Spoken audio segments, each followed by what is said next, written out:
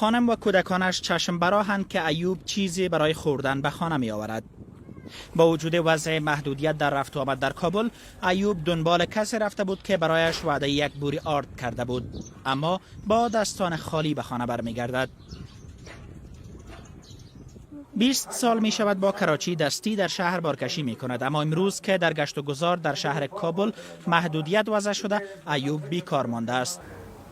2 دختر خردسال و 1 پسر 9 ساله دارد. خانمش نابینا است. 2 قرص نان دیشب داشتند که خوردند. یعنی برای این چاش نان خشک هم نداره؟ ندارم نخش شده. صبح چیزی نداشتند تا بخورند. برای چاشت هم همین چای تلخ را دارند.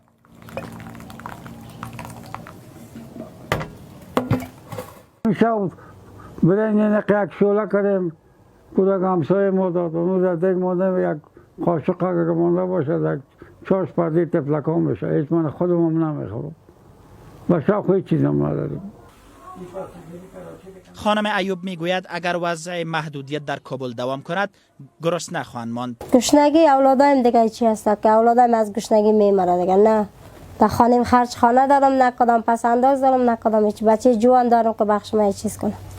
دولت مردای افغانستان و کسانی که زمام امور را به دست میگیرند هر از گاه ادعا کردند و شعار دادند که در دسترخوان مردم تغییر میارند، اما مانند ایوب در دسترخوان هزاران شهروند افغانستان تغییر نیامده و دسترخوانها خالی است.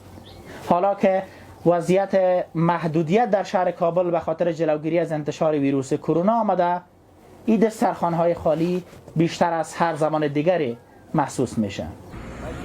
میلیون ها تن دیگر مانند ایوب شاید نان برای خوردن نداشته باشند. بر بنیاد آمارها حدود 54% مردم افغانستان زیر خط فقر زندگی می کنند. با این وجود وضع محدودیت در رفت و آمد و بسته شدن بازارها فقر خانواده ایوب و میلیون ها تن دیگر را چند برابر خواهد ساخت. خدا اشرف را توفیق بده، ما را یک کمک کنه، ما که خشارا که بند میکنه خانه ما کشیدیم چی بخوریم؟ همه تاورم 8 نفر هستیم، 1 روپیه کار نکردیم.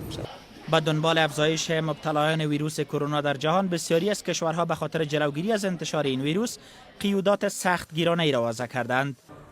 وزیر صحت عامه افغانستان هشدار داده که اگر مردم محدودیت‌ها و توصیه‌های صحی را جدی نگیرند، ممکن بیش از 25 میلیون شهروند این کشور به ویروس کرونا آلوده شوند.